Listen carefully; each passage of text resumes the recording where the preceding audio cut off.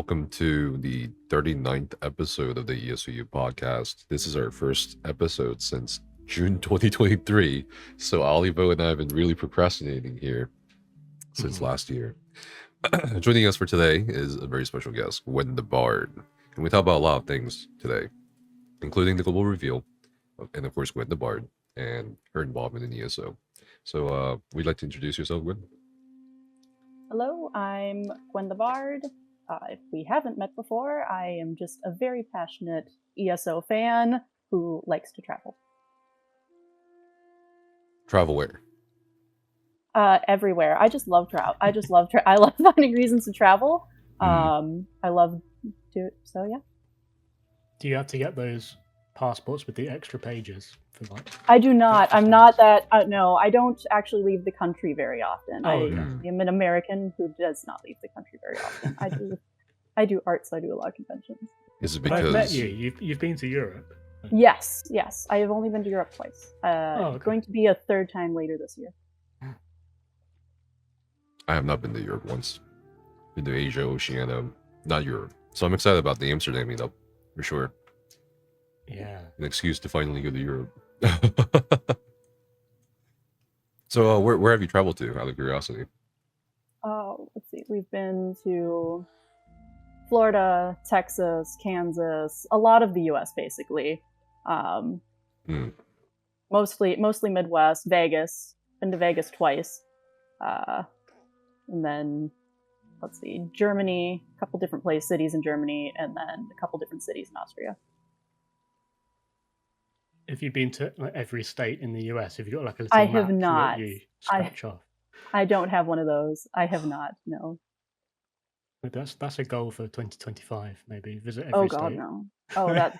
You don't want to go Remember to how I some of them. just said it was 24-hour drive from yeah. Minnesota to Texas? Yeah, no. Okay, well, yeah, that's quite a long way. And that was without mountains. On the other two sides, you got mountains. Yeah. Well, I mean, Nefis, you moved recently from somewhere to Texas. Pennsylvania to Texas. Yeah. It didn't How take too was that long. drive? Oh, really? Oh, I thought it was gonna take longer, but I rushed it for sure. Or I drove like I was a machine, literally. Like I drove for about maybe a day and a half. Like I think God. What was it? I think it said something about like it will take 21-ish hours. It took me about 23. And that's excluding like the time to rest. So I think it took me about 31 hours total. Just to drive. Did you take a truck or something? What did you put all your stuff in? A truck. Okay. A moving truck. So like a big, I'm imagining like a big 18-wheeler. Hell yeah, dude. I drove an 18-wheeler in less than 2 days from Pennsylvania down to Texas. Yep. Did you live stream it? Right. No. Drive. I'm a little iffy on live streaming when driving. I feel that's a big distraction, don't you think? Yeah. That might be a little more intense than phones. Right. Yeah. Well, I don't think I should stream while I'm driving. No. You'd have to like mute chat and alerts and stuff. Yeah. I'm pretty sure I almost died like maybe 4 times on the way down here. No, I'm serious, bro. I'm serious. Well, are Americans not good drivers? Depends on the state or area. Yeah. And it's all like straight lines though. There's nowhere to collide. It's a lot more lax for driving in America than it is in Europe. The car laws and stuff are a lot more lax, right? In rural places. I've streamed while cycling once and nearly fell off my bike a lot of times. That's tricky. I don't recommend that either. No streaming whilst moving. I mean, it's or just get good at it. I used to play Pokemon Go while riding my bike. It works. It's fun. Do people still play that? I don't know. That was like 6 years ago. It's been a while. Because I know during like COVID or whatever, they made it so you could play it in your house and you didn't actually have to go anywhere. So I think all the Pokemon Go players got lazy and now they don't actually bother going out their houses to pick up their Pokemon. I believe it.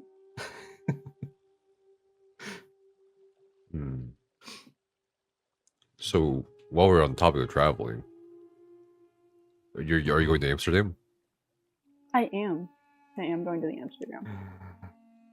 Oh my goodness. How long for? Have you booked like a whole 2 weeks or something? No, just I land the 3rd in the afternoon, and then midday, whatever. I'll probably be ready to meet up with people in the afternoon, and then I'll be leaving in the morning on the 8th. On the 8th? Yeah. Is that the Sunday or the Monday? That's a Monday. It's a Monday. Yep. I think Beck and I plan to fly in on the 3rd or something like that, maybe the 4th, and then we'll leave on Sunday morning, the 7th. Okay. How about you, Ali? I'm flying in Thursday afternoon, then leaving Sunday afternoon. Okay. You don't want to stay in Amsterdam? No, but also Amsterdam's only the flight's about 45 minutes. It's not very far from London. Yeah, that's why I figured you'd stay longer, right? Oh, no. I mean, I could go there whenever, I guess. You can get the train from London to Amsterdam. It's crazy. Have you been there before? I've not been to Amsterdam. I've got the train to Brussels before. Then Amsterdam's the next stop. Yeah, Brussels is very nice. All that sort of area of Europe's quite similar. I don't know. Okay. Maybe that's racist, but it's all just I don't know. All sort of a bit German, a bit French, a bit. Right. I mean, that's the influence, right? Yeah. How about you, Gwen? I feel like Have you once been you've to been Amsterdam? to one place, I have not. I have not been to Amsterdam yet. Perfect. Yep, my little sister will be tagging along with me, and so when we're not doing the ESO event, she plans on using me as an art tour guide. Ah, okay. That's funny because Becca's sister had made plans last year to visit Amsterdam, and then she'll be there when we're there. So. Oh wow. Yeah. So we'll probably see Becca's sister in Amsterdam when we're there for the ESO event. We're actually we want to check out the Van Gogh Museum. For sure. Yep. That's why she's using me as a hell tour yeah. guide, because I know a lot about Van Gogh. Really? Fun facts. Some of his paintings are to this day not yet dry because of how thick he did his paint. There's a shell over it. Whoa. So if you were to be super sneaky and cut open one of those paintings, you could use the actual paint Van Gogh used to paint. Probably never going to happen, but you could. Wow. Yeah, I feel like there's two sides to Amsterdam. There's either cycling, windmills, and art museums, and then there's drugs and hookers. And, Listen, art museums fall under that second category because bohemian and everything, especially at the time for those types of painters. I suppose so, but this is why I was a bit hesitant to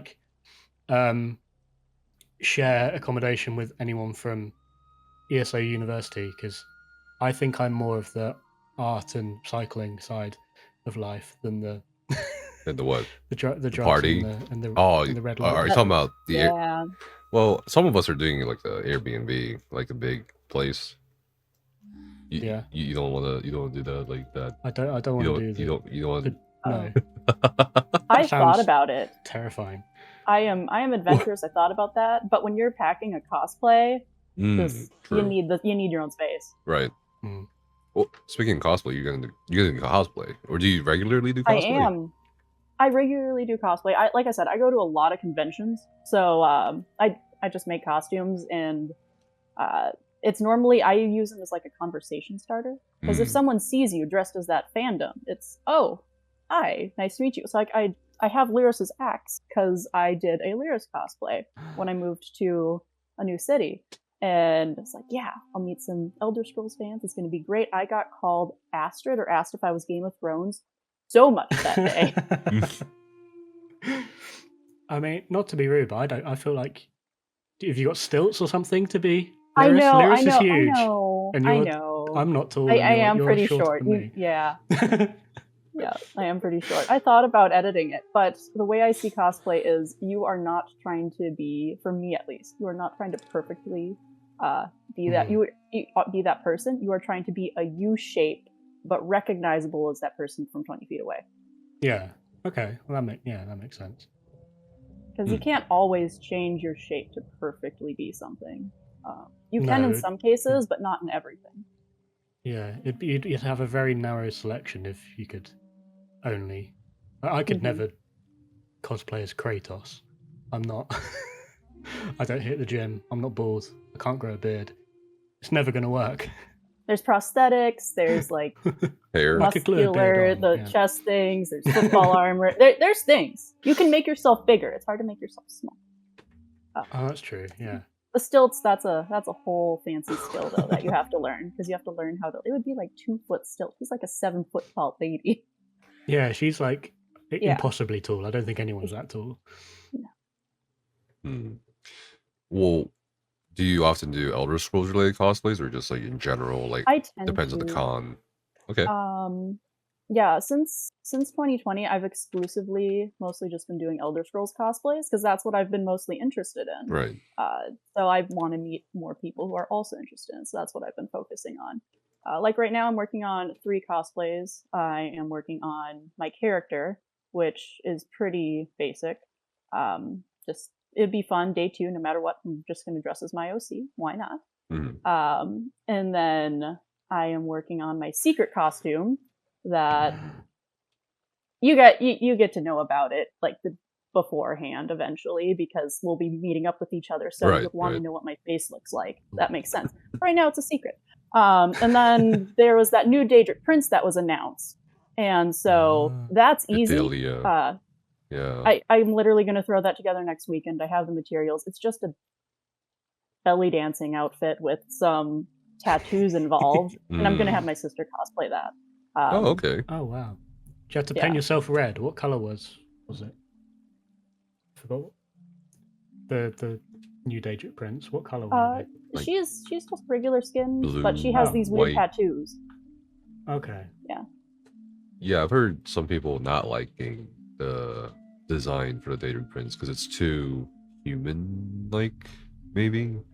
That's what I've heard. I We think have a lot of human-like Daedric Princes. Yeah, I feel like some. I of guess the Trickster Meridia ones. is one human-like. Yeah. But everybody else. I've heard her compared to Meridia a lot. Mhm. But in terms of the cosplay, like how much, like you obviously make everything on your own, but like how much are the material costs and all that? Typically. Let's see. Well, making my secret one, maybe like $60 including adhesives, because it's mostly recycled materials. The OC one's going to be the most expensive because I'm having custom fabric printed for the pattern. Okay. And then, so that's probably going to be closer to 100. And the Athelia, she is probably going to be the cheapest because I already have all the materials for her. It only costs like $40. Just get a roll of foam, get some clay, get the fabric. Pretty easy. Okay. I mean, this sounds like quite an affordable hobby. I've never really thought about how much it would cost. It is or isn't. It depends on the quality of materials. Depends on the brand of materials. It depends on what you're building. Yeah, I'm imagining like you spend a lot on glue and glue guns. If you can sew. Sewing keeps things together well. Glue is the last thing you want to use because depending upon where you're going, if it's too hot, it might not hold. Right. Okay. Yeah. So I'm thinking, like, I mean, if I was going to do my character, he wears like heavy armor, so I guess you'd make that out of foam. You could make that out of foam. Okay. You could use Would you foam. sew You could that? use paper mache. Okay. I know. That's a little trickier because you have to make sure it's smooth. That's important. Yeah. Do you do any other art forms instead of just cosplay? Like I draw. I draw yeah, a lot. for sure. Yeah. I have one of your drawings. Yes. Yep. I drew you a thing. I started that in Vegas. When because we go to the live events and we're doing all these things for this game we love, and so I started drawing all these little chibi, cutesy, not necessarily chibi, drawings of our in-game characters doing the things we're doing in real life, because that's why we're there. We're there for the game. So I drew a bunch of those, and then I just handed them to the people who helped me make the memories. But then for a while there, I was drawing emotes for some friends. If you see Lotus of Doom's channel, he has some little watchers, little lurking watchers. I drew those. So I like doing a lot of art. I dabble in a little of everything. Okay. I don't do glass. That's the one thing I don't touch. I don't do glass and I don't do smithing. I don't have the space for the equipment. Oh, would you do it though? Would you blow glass if you could? If you had the Blowing space? glass is a big question. I'd have to take a class to see if I even like it. Mhm. Smithing I would do if I had the space. We covered that in college. Welding isn't too scary. Well, like ceramics and sculptures and pottery and stuff. Because there's some people that do like 3D prints of their or models of their like in-game characters as well. That's like a big thing. On the topic of 3D printing, that is one thing I have a question on for Instagram. I'm hoping they answer that before the thing, because they said they were doing a cosplay contest. I don't know if I'm actually want to compete or not, no matter what I'm wearing cosplay. But I don't know if I want to compete or not, because we don't know who the judges are. And the reason why I thought this with 3D printing is the biggest thing with 3D printing is you think it's easy. You get a print, you print it off. And if you tell that to someone who doesn't know about 3D printing, they just kind of write it off. Do you guys have experience with 3D printing? No. I know artists. You do. I know artists that have shown me how it works, and I'm like, this is complicated.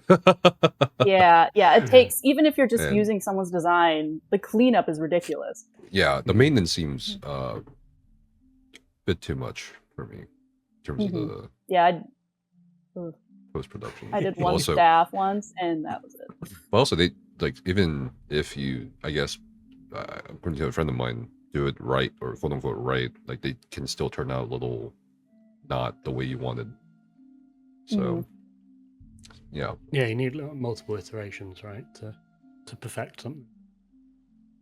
Yeah, that's why typically some companies have like a bunch of them printing at once rather than just one machine doing one thing after another, because there could be imperfections or something goes wrong.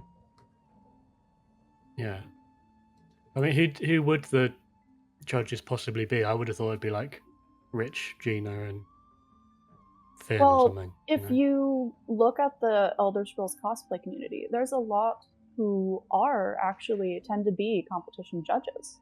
Okay. But at the same time, if you were to go, well, what if they want to compete? What if everyone who likes Elder Scrolls cosplay is going to compete? Which they should. That would be fun. That'd be great.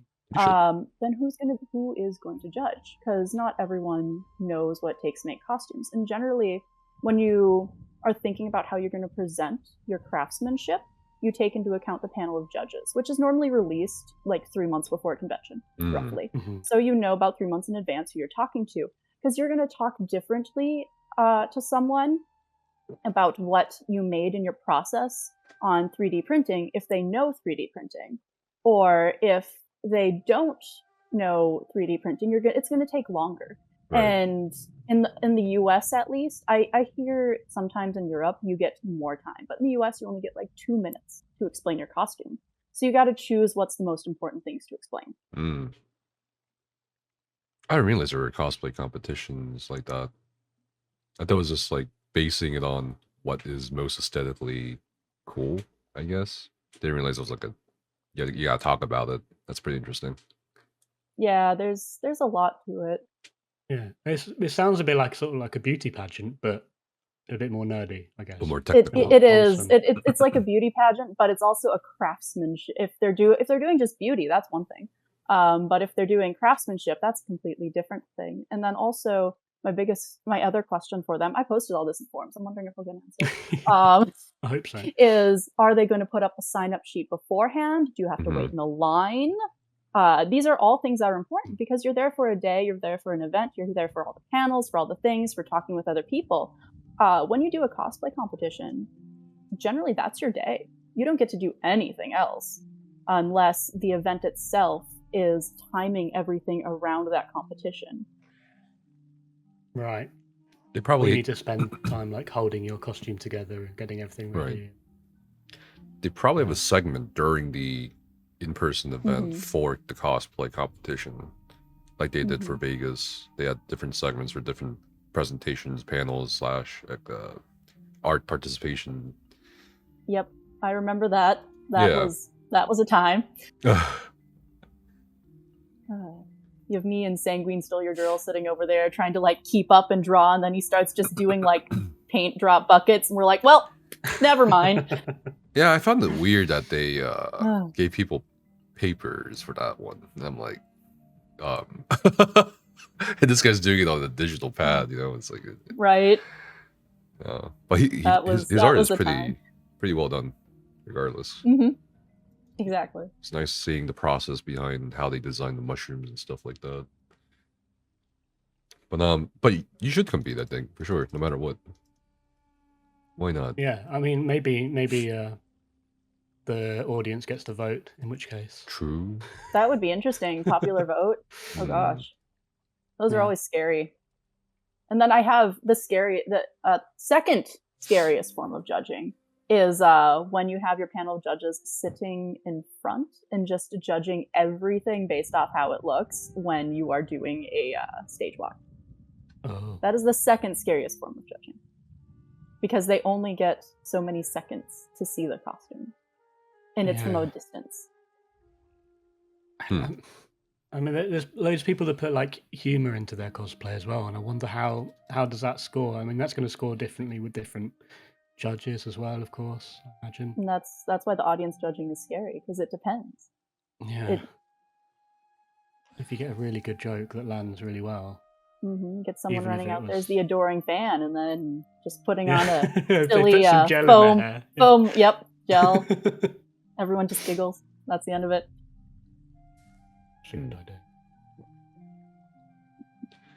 Memphis, are you going to dress up? Who are you going to go as? I have never cosplayed before. I don't know what I would cosplay as, or I think the closest thing I would cosplay is that the polymorph from Asylum Sanctorium, the robot. Oh, okay. Yeah. Oh, that's that would be hard though. I was thinking that would be a time. That would it's not hard, but it would be time. That's the biggest problem with cosplay, because you go, oh, yep, the thing's in April. That's next week in cosplay time, right? Because it takes so long to make those things. Yeah, it's quite intricate as well. The robot polymorph. Yeah, it is. I think the closest thing I've seen to that is you guys know Yandrio Crafts. Yes. Yeah. So, yeah. He made a was it an ordinator? No, it wasn't an ordinator. It was like the one with like the robe. Didn't he make a centurion? He made an automaton, like that little robot dummy you can get in game from doing the Clockwork City DLC. Oh right, yeah. That you know the the 400k health one, the little guy. Yeah. yeah. Oh yes, yeah. He made that one. He made a Dwarven spider. I think that's and then he's working on the sphere. I've been watching the progress on the sphere. Yeah. That thing looks dope. Yeah. I would ask him to make something for the robot thing. I did actually, but I think he's just too busy. If you could wear the sphere and then go on a hoverboard. Oh my goodness, that sounds like an accident waiting to happen. But I also really want to see cool. That. But yeah, we were talking about making cosplays the other day in game when we were running lower things, because in the US they're going to have one right next year, right? And a couple of my friends were talking about how they were considering cosplaying their characters, and we went over it. They showed me their characters and what they wanted to make, and we went over like the different types of materials, and someone jokingly said they wanted to be a Daedroth, and then we said, well, next day you should wear the Daedroth pajamas. And then we proceeded to actually figure out how we would go about creating a Daedroth costume. Yeah, the Daedroth pajamas, that seems like quite achievable. That is like very achievable. It's a just onesie annoying. with a tail, right? It's very achievable. Just annoying. I hate sewing. I love finding things that don't involve sewing or little sewing. That's what I saw Athelia. I'm just like, I want to make this because this is easy. I'll make this. I just want to wear it. Cute younger sister. Speaking of, I guess like new prints and all that, what do you think about the global reveal? What do you guys think about it? Like the spell crafting and stuff like that? Well, describing, I immediately saw and went, "Oh, this could be fun." I could turn, because immediately you think of like reskinning the Warden Baron stuff. I'm like, oh, you could change like the Twilight into a flame atronach or something, some sort of atronach. That would be cool. But of course, that's not what we're getting this year. So it still seems interesting. I wonder what it's going to do to the combat of the game and potential trial requirements. Yeah, I feel like when they introduce it, it's going to have to be quite underwhelming. Otherwise, it's going to break the like balance. I feel like it's mostly going to be like visual things to start off with, and like fairly weak skills. But I feel like there's still going to be a meta. There's still going to be like a combination of skills and whatever they're called, like things that make the skill. That there's going to be a combination that's more powerful than others. I think it's going to suit people that aren't into like hardcore content because they can literally make whatever they want. I think it'll get more people playing the game, which is always a good thing.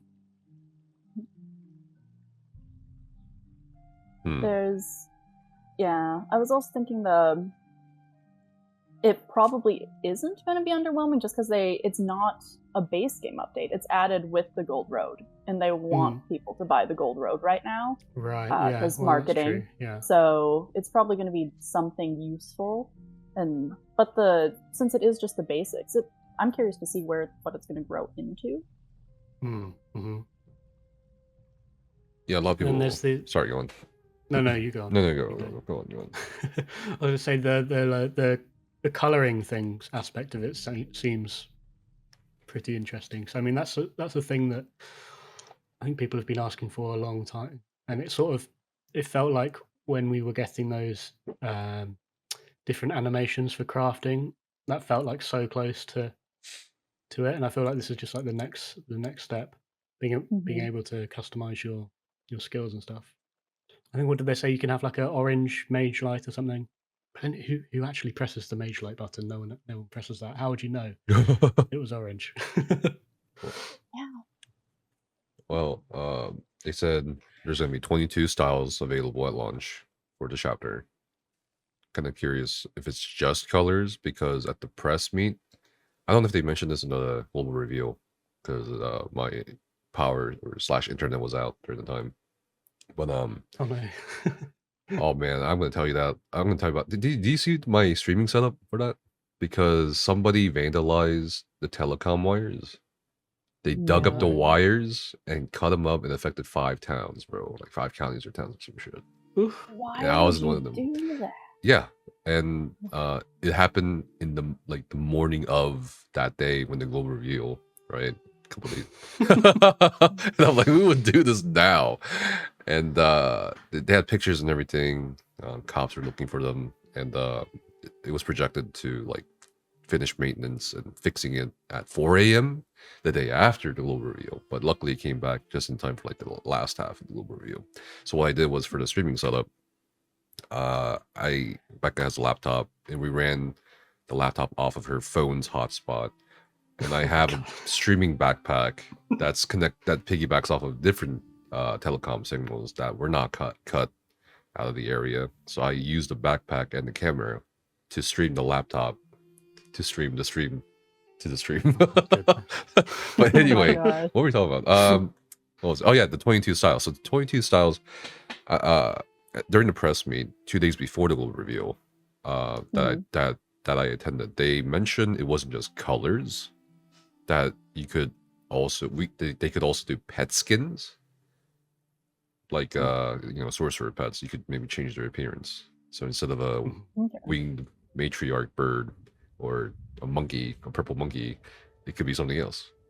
And they also mentioned that you could change a fireball potentially, or they could change a fireball potentially to some other projectile, like a skull. So kind of like the necromancer skill. Yeah, that would be awesome for a necromancer, for a DPS necromancer. That'd be great. So you can make every class into a dragon knight or something. yeah, maybe. Make everything do fire. Yeah. Okay. So that's what they, I think, want to do beyond colors. So I found, but colors is a good start, I guess. Mhm. Yeah. I mean, this is like, it's pretty huge. Like, I don't think any other game, let alone MMO, has done something quite as broad as this. Can't recall any. I mean, like, I'm Final Fantasy curious 14, I how, think, like, did something similar. one Maybe. thing I saw in one of the videos after the reveal, but they didn't mention it in the reveal, was the ink. And Oh yeah, the ink materials. I don't think once everyone knows about that, is going to be too keen on a new currency. It's going to be, a new currency we have to grind, but the question is, how do we get it? Yeah, I think somebody asked that at the press meet, and they said they want to make things as accessible. They implied that it's not going to be grindy, so maybe it won't be as grindy as, maybe Telvar or something. Yeah, I imagine you'll probably be able to get it from like loads of different places. Like you could buy it with Telvar or with RIT vouchers or with. Is it currency though? Archive thingy. Is it currency though? But because the way they made it sound like it's a consumable, not a currency. Okay. Yeah, okay, because it sounded sure like they a said currency consumable. since you had to use it to do the thing. Right. Yeah, I think they said consumable. Okay. Pretty sure. That's another thing to take up inventory space instead. Yeah, I think the grimoires are also consumables. Oh yeah, people asked about the inventory space. They say they don't have plans to up the amount of storage for a new player yet in the near future. I'm sure they'll add. Not to bash on the new skill line, but these are all valid. Yeah. I'm sure they'll release like another pack animal to give you 5 slots. Be doing that. Give us a pack of Chater. Have a giant Chater follow people around in trials. That would be great. 5,000 crowns for 5 extra bag slots. Yes, please. On the topic of spellcrafting, scribing, I don't know. I think it's just either gonna be gimmicky, or really overpowered.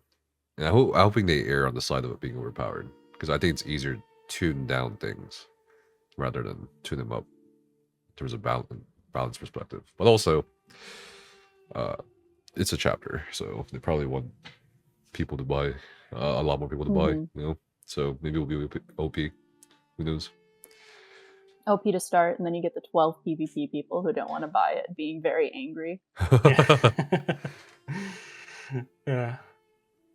It'll be interesting. I mean, I wonder how it's going to affect compositions, like whether at the moment in trials at least, Arcanist is still like the most popular damage dealer.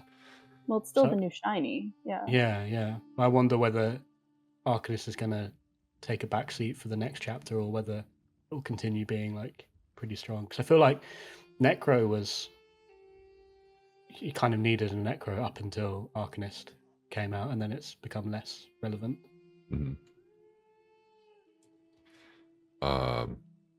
The only thing, or what's that skill? The vault skill, where you do a backflip.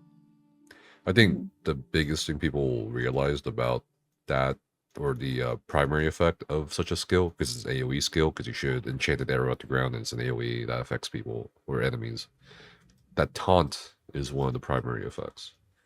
And people have been asking, for whatever reason, an AoE taunt in the ESO for a long time. So this system could address some of the pain points people have had for a while. With some things like that. I don't know. It'll be interesting. Yeah. AoE taunt was sort of a thing, wasn't there? That like Tormentor set that you could get in. Yeah, that's an AoE taunt. If you use a gap closer. Yeah, when you use a gap closer, you taunt things. And then you could use a gap closer that's got like an AoE effect on it, and it would taunt everything around you.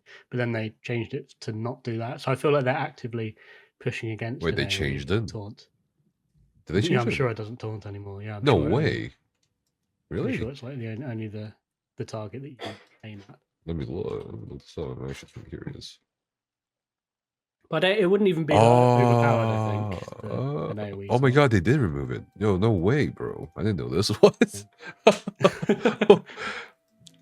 I mean, but wow, the fact you didn't know that shows that AoE taunt isn't even that valuable, really. It's- When do you need to taunt that many things? I mean, sometimes you Well, do. yeah, as two people who tend to run endgame content, what are you hoping this system adds to the game? Is there anything you're missing that you're hoping it will add to it?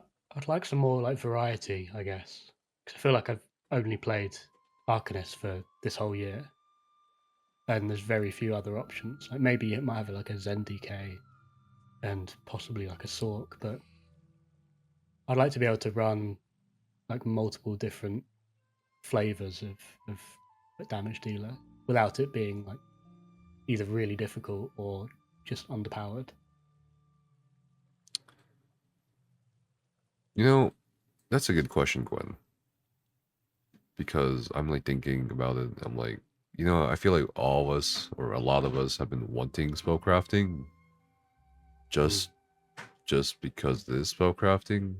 I'm slowly starting to realize, to my horror, that we didn't really think about the specifics of what that would I've been mean. hearing a echo chamber of spellcrafting for years, and Well, now yeah, you have exactly. it. What do you hope? Yeah, exactly. It's like, huh? I don't know. That's a good question. I'm trying to think of an answer for this. All right, I guess that's something you'll have to just think on. Like, what did I don't know if anyone didn't else mean has to an answer. stump you. No. I think it's a great question because I think people should think about it. Like, do they want? Because obviously we can't have the Oblivion spellcrafting in MMO where they're worried about balance or whatever. So what's the next option and how's that going to look? I guess it's like, I think people want variety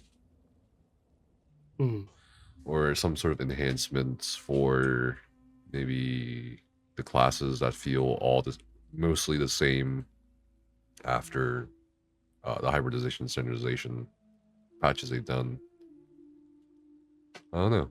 It's hard to say. Yeah, I mean, do you think the spell crafting or scribing is going to take away from class identity? Because if I assume each of these skills are going to be available on every class, and it's going to mean that you can pretty much do every sort of skill on every class. Maybe. But I kind of think of it like this. Maybe it won't because, for example, let's say, you know, let's talk about the backflip skill because that creates some distance between you and your target a little bit. For example, classes like Templars, Dragon Knights tend to not have much mobility, right? Or a way to like either close the gap or not close the gap. Sorry, to create a gap. So maybe they could use that mobility skill to create that gap. Meanwhile, classes that have a lot of mobility, like Sorks that can streak, maybe they can add that skill and get even more mobility. You know what I mean? I don't know. Right. You can go either way. I see what you mean, though. You know, you can take away from classes, but until they revisit classes again, I don't think anything will change from what it is now in regards to classes. Especially with Arcanist, because Arcanist is so unique compared to the other ones. Yeah. What class do you play, Gwen? Mostly. I play a Warden. A Warden, okay. Did you? I mean, how long have you been playing ESO? Because if your main is a Warden, I feel like you must have started after. Actually, no. I initially started with an Orc Nightblade. I started in Stonefalls, and I saw that going into the Skyrim zone, it was actually lava, and I changed my mind and ended up going over to the Dominion instead, where it's not lava, because I was lied to and there wasn't snow. But no, then... There's snow later on, sort of. Like a lot of people, when one Tamriel hit, I was pretty displeased, and so I stopped playing for a while. But when we got Morrowind, I tried the Warden, and I have stuck with her ever since. Except for when I tried the Necromancer when that came out too, but the Warden is my main still. Why were you displeased with one Tamriel, out of curiosity? I didn't feel playing in combat did not feel as good anymore. Okay. I know that it was you go through and you have to get stronger and everything to go to the next zone before that, and that was fine. But now, I guess it's easier to compare to now how you run through, and things just go more smoothly. I feel when one Tamriel hit, my DPS just it wasn't fun. It wasn't fun doing combat. Yeah. Fair enough. I mean, did you have a similar experience with, was it like update 34, update 35, where they sort of changed all the timing of the skills and stuff and made everything very long? Was that like a similar experience? What DLC was that around? Right after High Isle. Right after High Isle. 2022. Yeah, I felt it drop more, but we were going from being Blackwood, and I was with Blackwood in the whole ice updates and everything for the Warden, just in the Frostbite set. I was going from like feeling like a god to being normal again, so I wasn't too upset. Okay. Yeah. Yeah. It's strange how like different patch updates, depending on what your like main character is. Yeah, and I mainly play on PlayStation and PSNA, so that might be a thing as well. I play on PC sometimes, but I main on PlayStation. Right. What's PlayStation like nowadays? Out of curiosity. In what sense? Community mostly, like maybe community. Honestly, just mainly community. Community. Whenever you're running dungeons and stuff with a bunch of random people, it's not really much of an issue. There's not a lot of bad stuff, but chat, of course, is always being spammed with like complaints and guilds. That's what it is. The in-game text chat. You don't have that on PC, do you? Yeah, you have zone chat. Okay. Yeah, we just have zone chat. We don't have in-game voice chat, which I desperately want. I want in-game voice chat for PC. You do not want in-game voice chat. Why does everyone? No, I want it. I want it, Gwen. People's like screaming and weird music in the background from like 20 different sources in Loraden. You do not want that. Gwen, I want it because on 2 levels I want it because first, it's immersive, right? Because when I went to when I tried out ESO on console, both PlayStation 5 and Xbox X, it was really cool to me that you could hear someone from far away, and they get louder as you went to them, went closer to them, and got quieter when you went further away from them.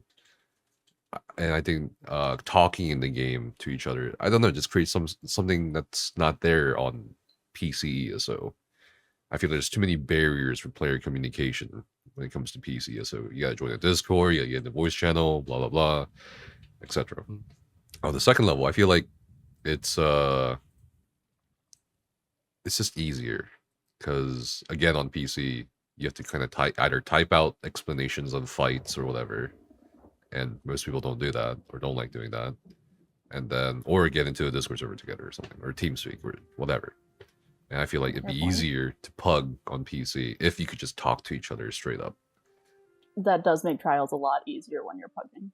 That I agree with. Yeah.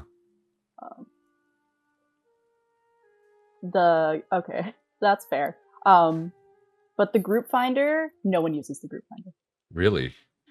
Yeah, no, it's been around for a while, and like you'll get a couple random postings, but no one's been using the group finder. Yeah, I feel like it's just the same on PC as well. I've not really felt anyone using the group finder. So I've been trying to. I need that like lead in Sunspire for the Dovras Habitons, the one that only drops from dragons in Sunspire. So I've been like, occasionally looking to see if anyone's running a normal trial, like normal Sunspire. Never anything on there, which is weird because I would have thought like I have so much easier than using like Craglorn or whatever. Then shouting in Craglorn, going, "Hey, yeah. you want to help me get a thing?" Yeah, I wonder. Okay. But the economy compared it's still the economy in PlayStation is a lot more manageable to PC. Okay. Oh yeah, the economy for sure. Oh yeah. Yeah, after the Crown Shop closed, and then reopened after all of that mess, whatever was going on there. It's a little more expensive to do crown gold ratio, but otherwise, I think that's the full update. Okay. Because I've heard like PSEU at least, not NA, is quite dead.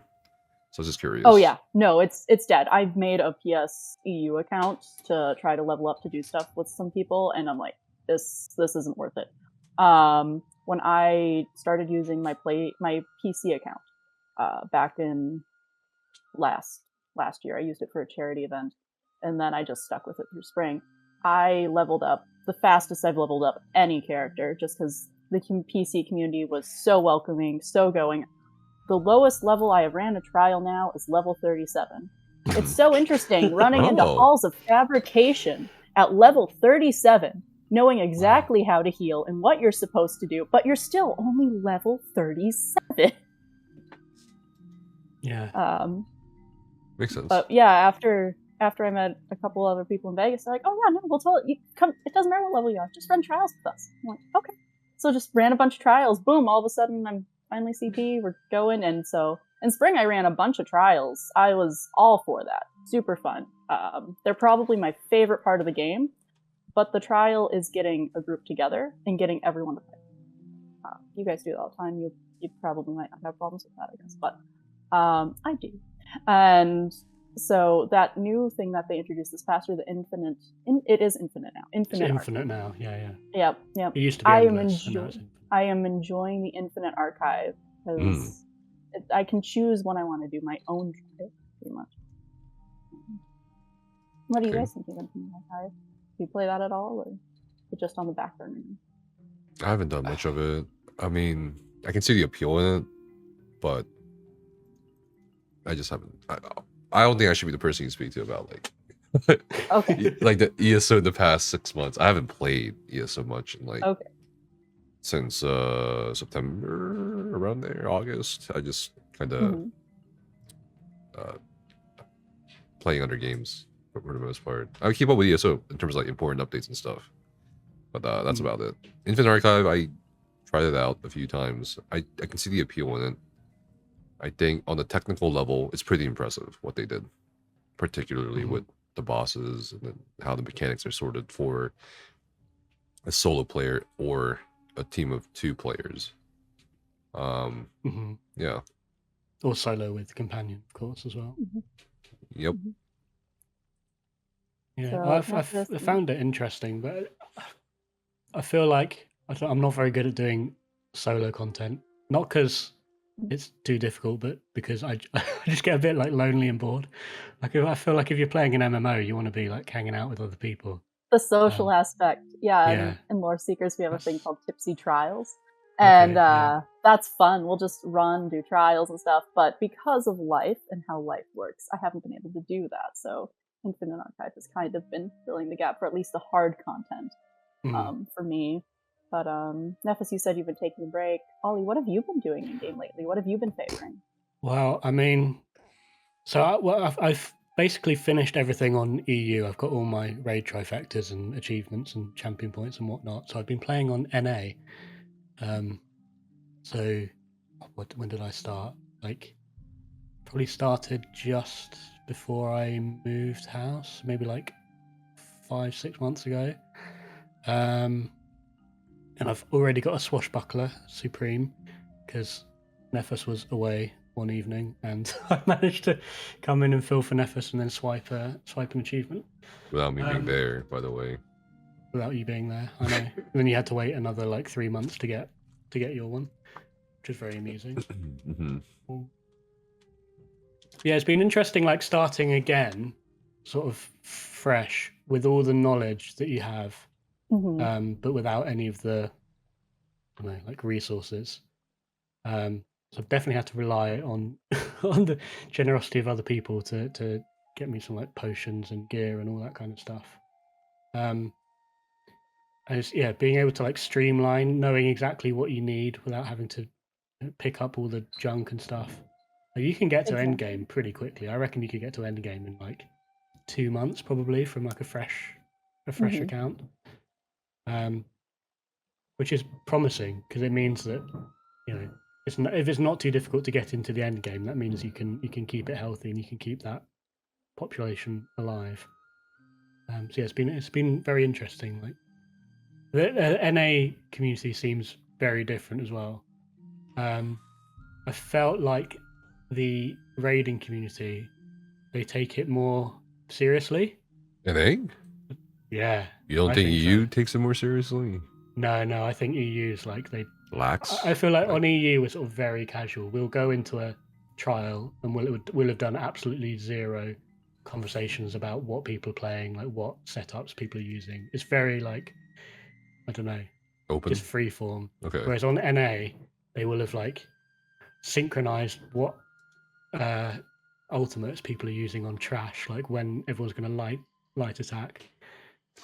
It's planned to within an inch of its life, which I'm not used to. I understand trash ultimate order because that has a thing for like optimizing or sword pushing.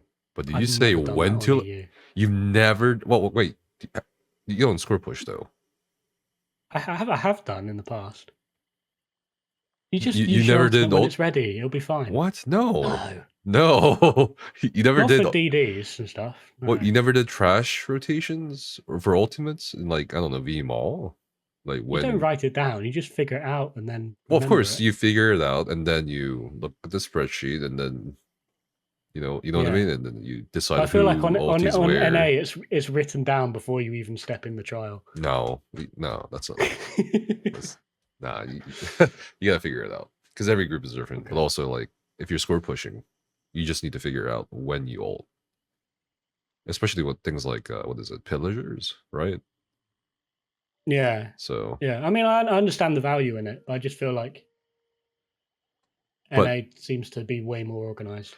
That's not what I'm hung up on. No. You mentioned when to light attack. What is that? What does that mean? Let's no, that was me being sarcastic. I don't think that's been planned. But if there's a group out there that organizes with the light attack, I don't know. That'd be funny. So that's surprising. Who has all the world? If NA still got all the world records at the moment? Most of it, yeah. I mean, yeah. I feel like. I mean, the plan. I'm not saying it's not a criticism of NA. It's just I'm absolutely not used to that amount of planning. It's also great on NA when you go in and they have the add-ons that say what everyone's wearing. It's like, who's wearing this weird gear? Why are you wearing that weird gear? It's okay. I know what I'm doing. I'm from console. Don't worry about it. Oh, logging? ESO logs. What add-ons? I just know people have them and what they do. Oh, it's not an add-on. It's like a... Oh. Yeah, it's like... have you ever played WoW? No. Okay, so from the game you can like see... You can like gather the data from in the game and you upload it to... It's the same guy that runs both the logs for WoW, ESO, Final Fantasy 14, to the website, and then you can like see in detail what happened when and what people did when. Like, it's really, really detailed. And it's really useful for like breaking down how to improve or what to do at certain points or what you died to, because in-game recaps and stuff like that, they don't really give you the full story oftentimes. But yeah. Okay. It's pretty useful. I wish they had that for console. The amount of detail. That would probably actually, when you put it like that sounds useful as well. Yeah. Well, I know some people are like worried about the privacy. They don't like people sort of spying on what they're wearing and how much damage they're doing and stuff like that. It's a tool, right? So. Yeah, at first it feels like spying, but when you understand what it's for, it's not that big of a deal. It's to help the group get better. Yeah. Because if you're going for something together, you want to make sure all of your groupmates are working well together. Mm-hmm. That everyone is indeed doing the right thing, because it's not just affecting you, it's affecting 11 other people. Mm-hmm. Yes, exactly. Yeah. Have you run into the PC players that ask you for the items that you don't know you picked up yet? Like they ask to trade you after you pick up something, but you haven't really looked at your inventory? Because they can see what loot you got. Oh, you haven't? Okay. Because a lot of, you know, okay, what do you think about that though? Like oh gosh, like I've seen it happen. Mhm. Because everyone knew I was very new to PC and had nothing. They didn't ask me, but I've seen that happen, Mhm. and that's so weird. It's like you know what people are going to be getting. So weird. Yeah. That's another thing I've noticed about NA. Like on EU, someone will ask me if I've got an item, but on NA, they will straight up offer me gold, Yeah. like with the offer. No one does that on EU. On EU, they just ask for it for free, and I probably give it to them for free. Well, in NA, they just throw around gold for They whatever. do, I know. It's like it is so much gold. Yeah, like sort of capitalist haven. I often say to them, I say, you can have it as long as you never buy a piece of gear ever again. That's my that's my offer to you. Mm. Personally, I I think it's the fastest I got the Olo Resto staff though on PlayStation. It took me until we got the sticker book to finally get it, but Oh my goodness! But on PC, it's like, oh, third time running Cloud Rest. Here, you got the Resto staff. Yeah.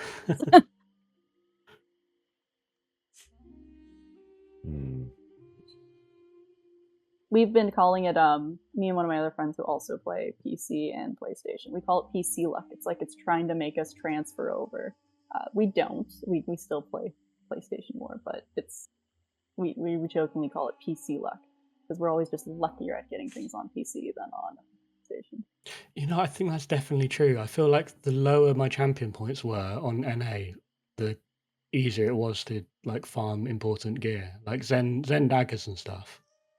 I was really low champion points and I got them really quickly. And then as soon as I'm at like 2,000 champion points and I try and get a piece of gear, it just does not drop at all. I don't know. That is a conspiracy I believe in. Okay, I'm glad we agree on this conspiracy.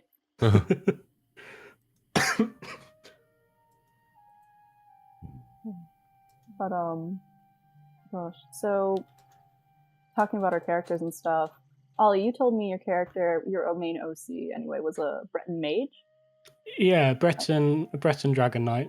So he's got Breton his Dragon Knight. heavy armor and his one-handed shield sometimes, and the Inferno stick. I mean, I feel like it's very much just if I was plonked in a fantasy setting and I was a bit bigger, a bit more handsome. This also seems very much like a sort of cookie cutter main character kind of thing. I feel like that's the way to get the sort of like default experience of a game. It's just to play like something without any flavor, I guess. It's a very flavorless OC, I suppose. Just to clarify for the listeners, OC means original character, right? It does. Original character. That you make. Orange County. That you... Wait, what do you say? Accounting? Orange County. Orange County, okay. No, we're not in Florida. We're talking about ESO. Very different topics. Yeah. Original characters. Okay. Your main character, I guess. That also. Yes. All right. So I remember talking to you, Ollie, but Nephis, what's your main character? I don't really have any. You don't? No. You don't have a main character? I just play whatever. You've got your DK tank, though, that dresses up as a robot. All of them have the same polymorph. It's like whatever. You know? Are you one of those mythical people who decided to join ESO just for the PvP? Yeah. Oh, cool. No way. What? We talked about this before. Seriously? You're not a PvPer. I was a PvPer before I was a PvEer.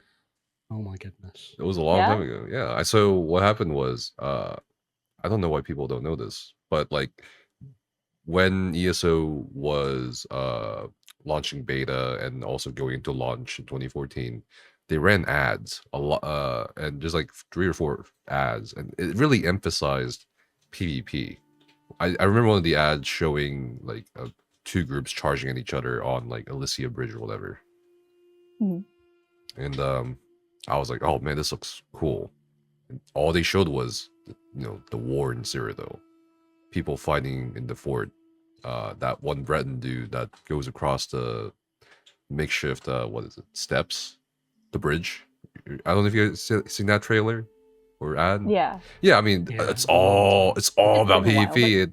It's like, oh, you can PvP in this game. Imagine Skyrim, but also imagine a war between 3 factions. And I was like, me and a lot of people were hooked onto that, and that's how that's why we went to ESO, not because it was just Skyrim or whatever. Okay, right? so we're going to start there. We're going to start there, then we're going to start with that point. So you Okay. did play Skyrim, and you came into this thinking PvP Skyrim. Yeah, sort of. Yeah? Yeah. All right. So what was your first character? What did you make?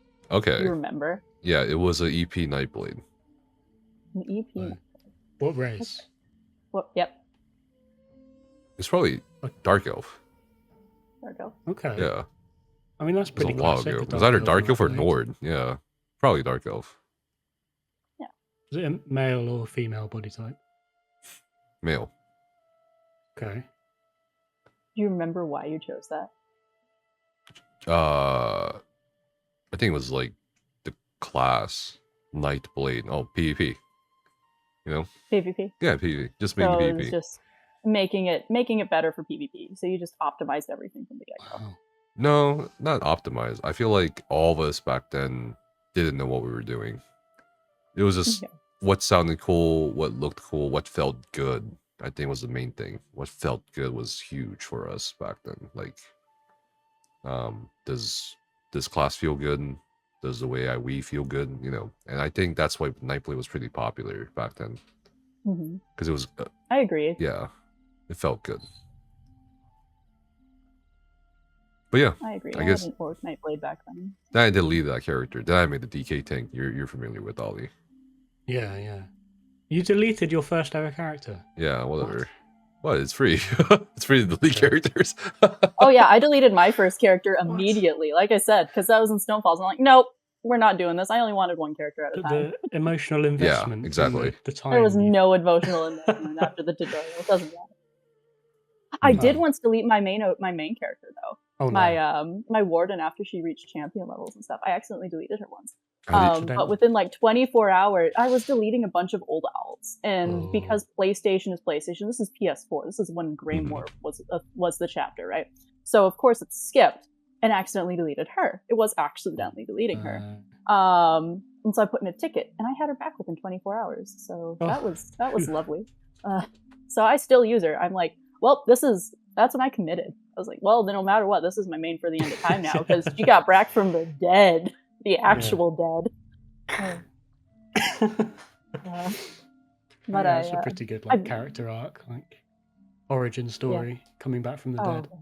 Yeah, I don't know how to work that in yet, but that is one of the things I do on the Snug podcast was the No More Murder Hobos, which is why I was asking about your guys' characters. Right. What's a no more murder hobos?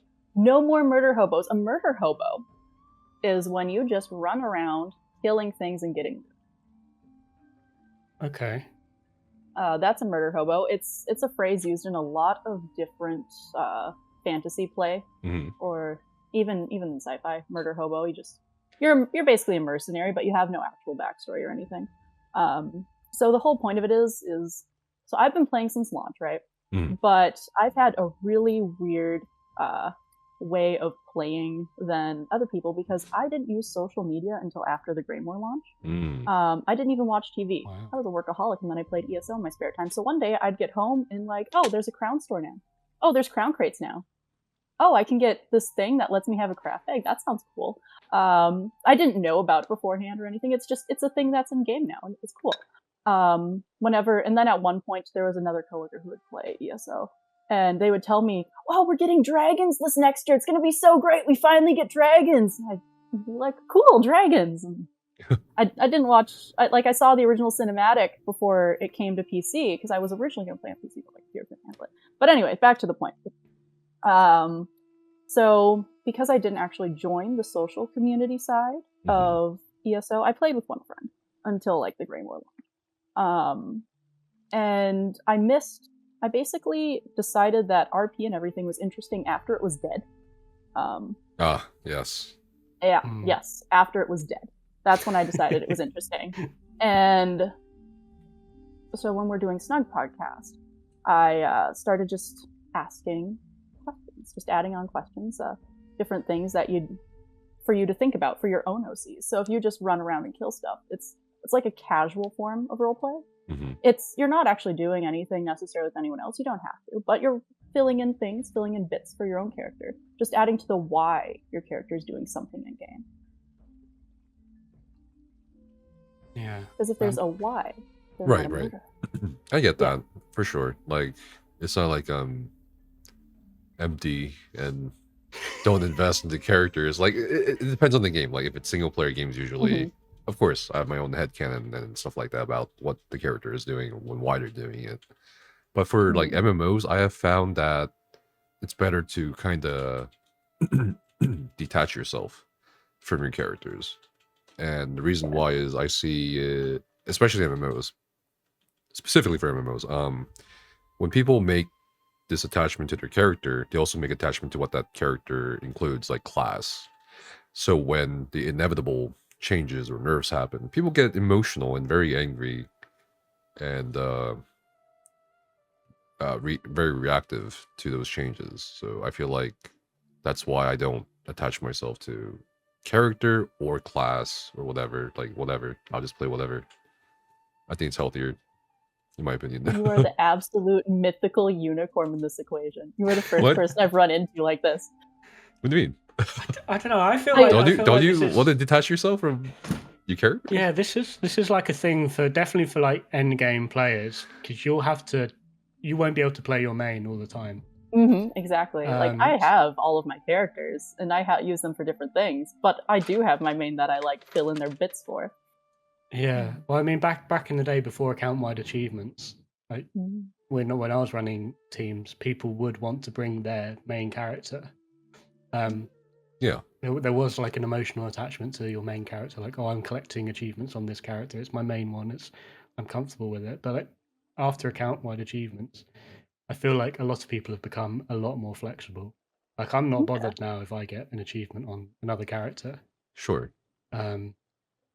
I still feel that attachment to my main character. Like, I'll still, when a new zone comes out, I'll go and do all the quests on that main character. I get that. I get that. That's interesting. That so you bring up achievements, and on console we have the ESO achievements, and then you have console achievements. Right, yeah. As a console main person, I normally look at the console achievements towards counting at ending the game. And I of course still don't have Emperor. Like, once I get Emperor, I'm done with ESO. I could just take the disc out, set it on a shelf, and I don't need to play this game anymore. Now I'm good. That's not going to happen, of course. I've actually got to the point where I like playing with other people on this game. This is fun. If I ended on PlayStation, I'd end up playing on PC. If basically, whatever, it's no big deal. But that's how I look at achievements. I look at the ones in game is like a starting point for what do I want to do next. Like dyes. When dyes were introduced to the game for crafting and stuff, it's like, I'm doing these things now because I want this cup. Yeah. I guess that's how I decide what I'm doing in game, as someone who isn't able to be in large groups very often. Do you not want to be in large groups? I want to be in large groups. I'd love to be in large groups. However, with timing and real life, it's very hard to be these days, unfortunately. Once I get back to that point, though, I will be. Oh yeah, for sure. The trials are definitely trials in PvP. White Strikes, mid-year, whatever you want to call it, is one of my favorite times of year. Because running, like, even with all the silly glitches and annoyance that it is right now, doing a giant PvP thing is really fun. Yeah. Well, I mean, are you someone that finds yourself wanting to collect the achievements, or you're not worried about them? Some days I used to. If I get to like in some chapters, I have them completely done. If there's like, oh, I'm pretty close to finishing this, let's just finish it. But ones where I know that I'm not going to be able to for a while, I don't stress myself over trying to like get that thing. I have to manage my time. Right. Yeah. Going back to the whole emotional attachment thing, Ollie, I think what you said really resonated with me about people wanting to bring their main characters, and I'm just like, nah. I don't know. Isn't that a little selfish? You know what I mean? For the better Oh of the no, group. it's not. It's not because What? you need to look at the group. You need to look at the group. As someone who is very attached to my main character and would love to bring it. Okay. I do have all these other characters that mean absolutely nothing to me. Okay. Because if I'm gonna be like back in spring when I was running trials all the time, if I need to bring something and we're trying to get to a certain point, we're trying to do something specific and it's time based, and I need to have this thing, I don't mind having that thing. I'll have it. They can be the one I'm using because this isn't just for me. This is for 11 other people. Right. That's what I mean. Like. Yeah. You can't, when you're doing group content, you can't be thinking of yourself. You can right. have Exactly. Character. You can have them. That can exist. Yeah. But there is a point where you do need to separate. Right. And that's part of the reasons why I think I've always been averse to that. We had him on in the earlier episode, Deltia. Remember you of course. You remember his Templar funeral? He buried his Templar in the garden because like it's no longer useful in any content. What? You didn't see the video? It's somewhere out there. It's somewhere out there. Oh god. That sounds great. Yeah, I mean, that's one way to retire your character. There were Templar nerfs, and then he got mad, and he made the video showing him shoveling dirt, burning his blood. Yeah, so that's what I mean with like emotional. Okay. Yeah. That's a little over the top, but yes. I mean, I think I've also been quite lucky being able to, because my main's a Dragon Knight, you can sort of fit that into any raid group. Like even at the times where Dragon Knight DPS is awful, at least you can tank or something, you know? So yeah, thankfully I've not found any raid groups where we're not having a DK. So I feel sorry for like Nightblade and Templar and even like Sorc mains, because quite often there won't be a spot for any of those players at all. There's so many Sorcs. I know people that only play Nightblade, and he was like a tank during Elsewhere when like Nightblade tanks are really strong, and then he was a DD for a bit, and now he's like a healer. So I mean, some people that are really attached to their character and still want to do that like hardest content, they will somehow find a way to adapt, even with that one character that isn't flavor of the month. Somehow, it's quite impressive. It is impressive, and the armory system makes it more accessible, I guess, at this point. Yeah. But some parts of your character you just can't change as easily. Like, does he change his race when he needs to for that extra bit for those hard content? He's like a furry role player thing, so he's Khajiit, which kind of works for anything. Dude, I know so many people who refuse to change anything about their character. Anything. Oh, I won't change the race of my main. Alliance, and I'm like, okay, whatever. I was a Breton DK stamina DD for a while, like just because that's all I could do. But it also depends on the group, that right? turned into a crocodile in game. Like whatever, right. You can justify what you did. But I think it just depends on the group you're trying to get into. That's really it at the end of the day. I feel like there's this myth that you can't do everything as whatever. I think there's only like two. It's true. Yeah. I think there's only two fights.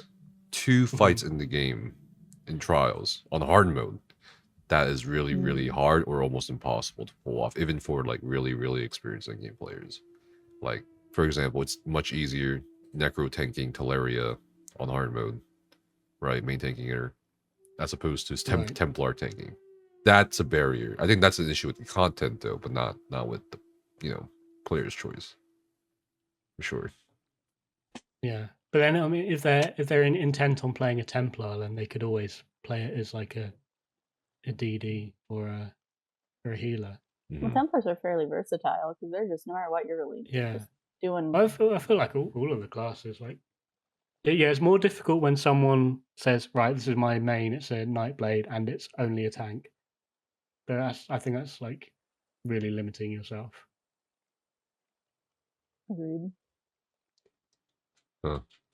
That kind of goes back to the spellcrafting discussion, if it will help or not. Oh, yeah, this is true, yeah.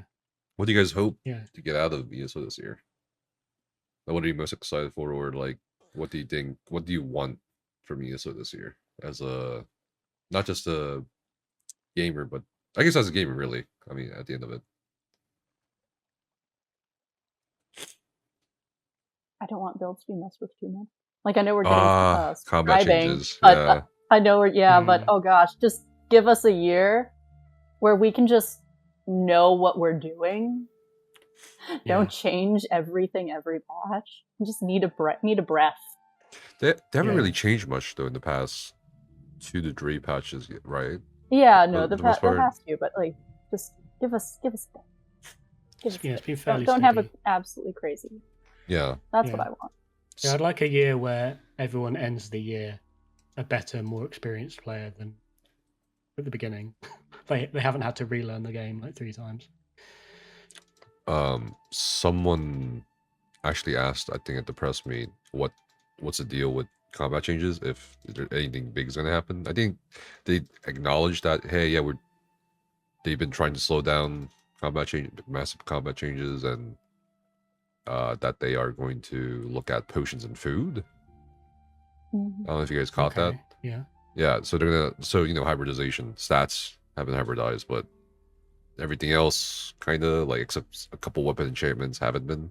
So they're gonna start looking at potions and food. I'm not sure how they're gonna do that, because I feel like the foods, especially the system for that, is kind of bloated. It's a bunch of, at different tiers or levels, 5 different foods that do the same thing, or 5 different drinks that do the same thing at each level. Right? They get the same stats. It's just variety for the sake of variety. I don't know. I guess that kind of interacts with the material system for provisioning. I don't know. Yeah. I mean, I noticed this whilst leveling up crafting things on NA. Like, there's so many completely redundant materials. Like all the champion ones from like 0 to 140 champion points. Right. Like, those materials just never get used. Because when are you ever going to be like 60 champion point? When you ever going to need 60 champion point gear again? Yeah. It's very odd. What if they just, like, for materials especially, what if they just made it one material and you just put that into a crafting station and whatever comes out is randomized? What? No. Hold on. That sounds awful. No. Let me flesh this. No, hold on. Explain that better. Let me explain this better. Okay. Don't worry, I'm not like on drugs or anything. Okay, so let me clarify this. So let's say you have 5 foods for level 10, and then 5 foods for level 15, 5 foods for level blah blah blah, right? And maybe the material scales to what your level is, right? And then from there, you can choose what stats you want from the resulting food. You put that material into the provisioning station, out comes whatever food. Because right now we have braised rabbit, plus chopped onions with beef, plus garlic skewer, but they all do the same stats, right? It's just like, why not condense all that into a singular database where everything comes out with the same stats, but it's just randomized food, like visually, because it doesn't really matter, right? Does that make sense? Instead of having like garlic, onion, bitter greens, all these like different materials that clog up. Well, I mean, like, they could remove space in the game of the food. Exactly. It's just like, I don't know. They could take away some ingredients and just have it. And that leads into the discussion about inventory space, because the reason why they said they're not planning to add any more inventory space for the time being is because of performance issues as a result of database drains. So, that's actually something that sounds possible, because they did it with the platinum, right? They just did that with jewelry. Exactly. So just combining, all of a sudden there's an update and you open your craft bag one day and all of a sudden you don't have bitter greens anymore. It's all just onions. That would save you a spot, and do that with a bunch of other things. Yeah. Instead of like white meat and red meat, you just have meat. Yeah. Right. No small game, no pork, no white meat, just meat. There's like Frost Miriam and the other one, like the 2 purple ones. They could just make that into one. Yeah, I mean, I feel like a consolidation of ingredients would be good work. Definitely be a way. Yeah. But then, yeah, I think that could also go further into the crafting materials as well. Mm-hmm. So there's so many that are redundant. All those champion point ones, I don't think anyone uses.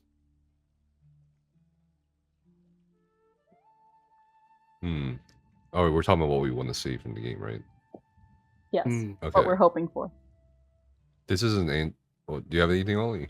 You haven't said anything. Well, I mean, deconstructible furnishings, because my houses are full. Yo, I just Yeah, realized. yes. What if that's the new housing feature, bro? Is that what it is? I've been asking for it for like a year, and I asked for a squirrel for about 3 years, and then got that. So I'm not saying them actually listening, but they might be listening. They've kept teasing. They kept teasing us like, oh, we can't talk about we don't want to talk about the housing feature yet. It's really cool. Okay. I'm like, okay. Well, I'll call it. Maybe that is the feature, like deconstructing furnishings.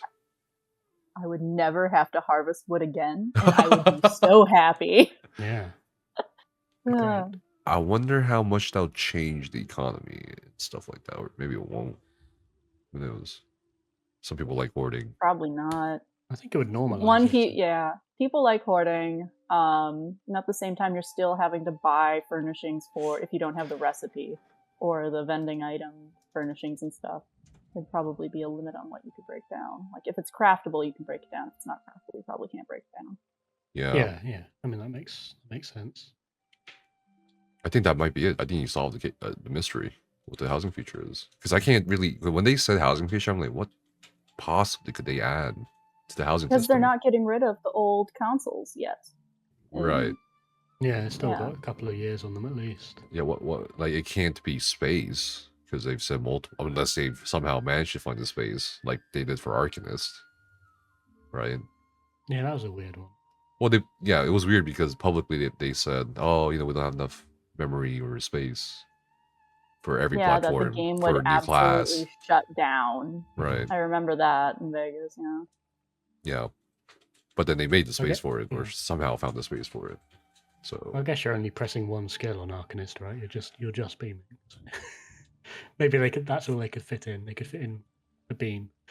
I remember people were looking for things for the Arcanist that were just cut and paste, like, oh, this animation already existed on this boss, or this animation already existed in this dungeon. They didn't really add anything new. This is just recolored. Yeah. But some things on it look pretty new. Yeah, I mean, there's like books and stuff, and pretty sure like the beam animation, I can't think of that being anywhere else. Like the Templar beam was with one hand. But yeah, deconstructible furniture. I think that might be it, Ollie. Wow. I think that might be it. I'm gonna be so disappointed if it's literally anything else. Should we make a bet? I'll put like 10 quid. Oh, I was thinking in-game currency. Oh, in-game currency. I'll put 5 million gold on it. Oh God, I can't make that bet. Wait, on what? Like, if it's? Are you on the side of it is going to be deconstructed? It will be that. I can't think of anything else because at least for PC, we have EHT, right? Essential Housing Tools. The add-on. They've already got like the fine tuning of furnishing and stuff. Like you can press F and do and tiny little degree changes. Yeah, and they took inspiration from that add-on because I think the add-on for that is working as OS now. So it's like, if it's something exciting, it can't be just like an addition of a feature. You know what I mean? Like maybe it's something big. I don't know. Maybe it's deconstructible furnishings. Yeah. A pocket house. Pocket house. Pocket house. You can choose where you're going to spawn. Way shrines in houses. That would be good as well. No, has to be deconstructible furnishings. Manifesting deconstructible furnishings. What about the PvP one? Because apparently that it's not going to be something Cyrodiil related. Is that right? Yeah, I have a few guesses as to what that is. It's not Cyrodiil related. It's not like destructible mile gates and bridges back in 2018. You know, it's not like a small little update for Cyrodiil or adding towns to Cyrodiil. They kept emphasizing at the press meet that it's not related to Cyrodiil at all. So I think, given what Matt Fire has said for 2023 and onwards about the Q4 DLC or Q4 update being a tentpole system, and tentpole system meaning like just another kind of like Infinite Archive. That's a tentpole system where you can add more stuff into it, like sets, class item sets, while also providing replayability to players. I think something similar on that scale is coming to PvP, because considering it is coming Q4. So maybe it's like a PvP based piece of content. Okay. Maybe it's a new map. Maybe it's a new, like a 12v12 PvP. Yeah, I feel maybe. like, I don't know. that'd I feel like that'd they're be quite nice. fixed on that three team PvP. Right. Well, the reason why they were or are, I don't know what the status of that is they've said in the past, like, it's because of the coding for Cyrodiil. Because it's 3-faction PvP, 3-way PvP. And that translated into Battlegrounds. And if you look at the older footage of the first PvP tournament for ESO, hosted by Zos, by the way, Wow. yeah, that was an early iteration of Battlegrounds. It was a 3-way. So I don't think they can move away from that code by the time it hit 2017 for Battlegrounds. So maybe they figured something out. Maybe it's actually just one team versus one team in 2024. Can't believe it's 2024 already. Man, I'm old. Yeah. I feel like the 90s was like last week. Hmm.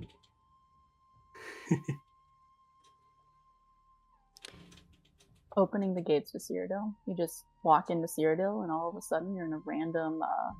It doesn't CP, but not CP. It doesn't matter.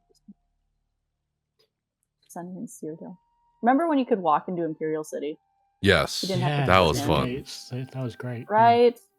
And then people would gank you at the entrance to the sewer, to the sewer base. I've been getting a lot of YouTube comments lately about the PvP update. Some people, a lot of PvEers for whatever reason, want Cyrodiil to become a PvE zone. And you see it on Twitter too, which is really weird, but okay. What do you think about that? Cyrodiil becoming a PvE zone? Oh, it's war. It's War's pretty messy. bad. War's constantly going. Let it be war. I mean, I would argue it is already a PvE zone. You really It have to kind of try. is. You have to try really I- hard to find fights. Oh my god. I You was really do. fishing, like actually, like fishing, like trying to get the Oh, Master okay, Angler okay. achievement, All right. like a while ago. And me and one of my friends were just running around, and then all of a sudden there's just a DC guy, and then an EP guy, and we're in the Dominion area, and we're just running around all together fishing. Yeah, it's. Okay. I feel like a lot of Cyrodiil isn't used. You know, It's like, a lot of empty space. That's the PvE. Yeah. That's the PvE part, though. That's the PvE part. But I feel There's like quests and they could, towns, I don't know. you know, dailies and shit. You know? I mean, Volendrung sort of mixes it up a little bit because it, you know, maybe you have to go and pick up Volendrung that's in the middle of nowhere. Sure. But then I as soon don't as you know picked it up, you go back to the keeps and stuff. Mhm. So But if you don't get there fast enough, it eats you. Yeah. Well, I mean, if there was some way of like using more of the space in Cyrodiil, being able to visit places and have a reason to visit places that aren't necessarily, you know, next to keeps or whatever. Like, I don't know, hold this position in the middle of nowhere for 20 minutes and get some points. So Something yeah, like that. But then, of course, that's not going to be in the PvP update if it's not Cyrodiil related. right. Exactly. More not in Cyrodiil. Tell me if I'm crazy. Maybe I'm remembering wrong.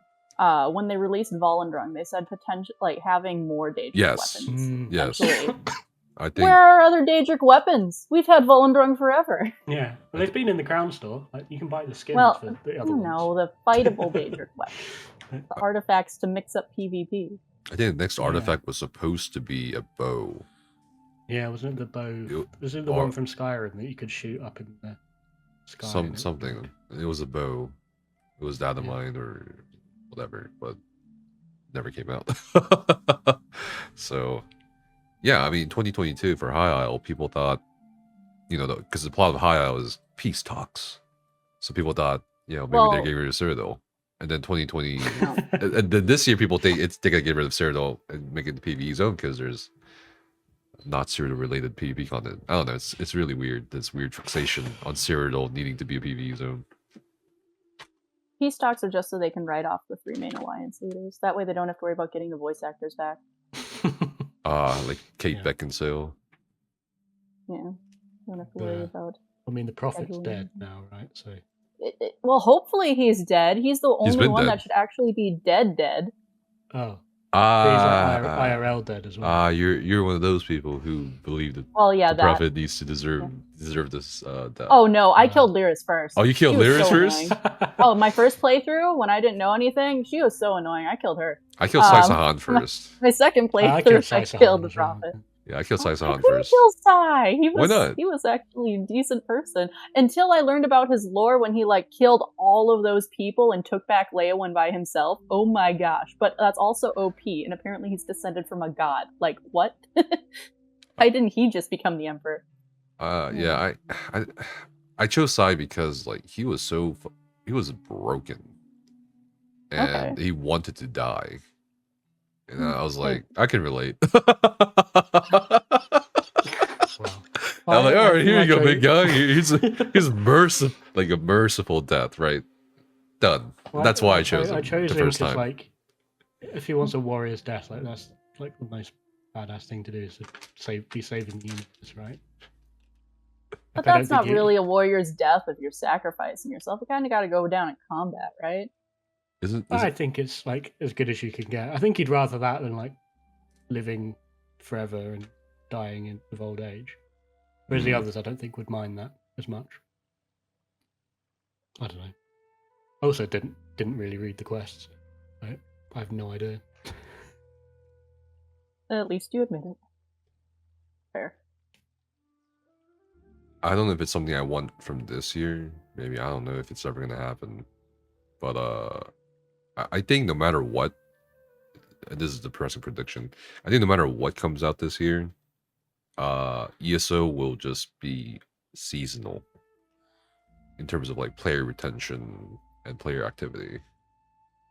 You know? It has been though, because if you look, well, you guys are both on Twitch, so you see ESO and its category, and it just slowly trickles down throughout the year, and it's always below 1,000, and then we have the reveal, and oh no, there's like 6,000 average people watching ESO streams again, and that's just follows the interest. Yeah, it just didn't used to be this way until about 2018-ish. Because when at E3 in 2017, they really very clearly said they really want to focus on the demographic of players that are seasonal, right? It makes sense business-wise because seasonal players tend to spend more than players who consistently play the game long-term, or rather don't know how to avoid paying. For example, crown exchanges. New players will not get involved in crown exchanges as opposed to long-term rental players. So as a result of that, after 2017, they started focusing on this kind of like content push for seasonal demographics, I feel. And at this point, I don't think a lot of communities now, from what I'm familiar with, are just looking elsewhere.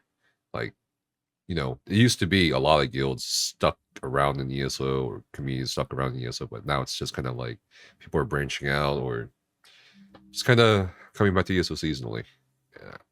I think that's fine on an individual player basis, but when it comes to communities, for example, Kashgal, they just straight up kind of said, we're not needed any, like, there's no purpose for us being in ESO.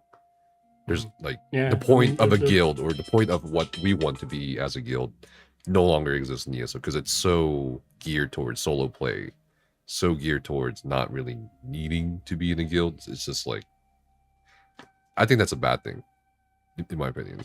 When you have that happen. The raid team I played with, like they're not playing now up until the next trial comes out. Like, right, half of them don't even log into ESO.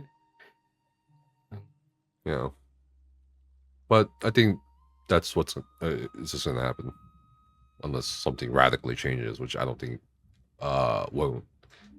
Because at the press meet, I got the impression someone asked if what was it? Let me do this question here. Someone asked what's planned for ESO now that it's reached the 10-year mark officially and beyond, and the answer was really did not inspire confidence for me personally, because the answer was really vague, and they just said they're going to take advantage of technology, you know, focus on accessibility, and just keep churning out content. And I'm like, that's basically what it has been for the past six years. So That is kind of disappointing. so it was like, well, it was a very vague answer. You know, it's like, so it just feels like it's gonna continue the way it is, and I don't know. Maybe hopefully they change it up again. The game, I do agree with you. The game itself needs some sort of change to retain players throughout the year. Yeah, I think trying to like make all of the content more interesting and have better rewards for it can sort of hold people on. Because when I'm not raiding, I'm quite happy doing PvP, but not everyone's happy doing that. Some people might be into like housing or like Tales of Tribute or something. But giving players more things to do outside that are getting like regular content updates, you know, hopefully it means more people are staying on throughout the year. Yeah. Maybe.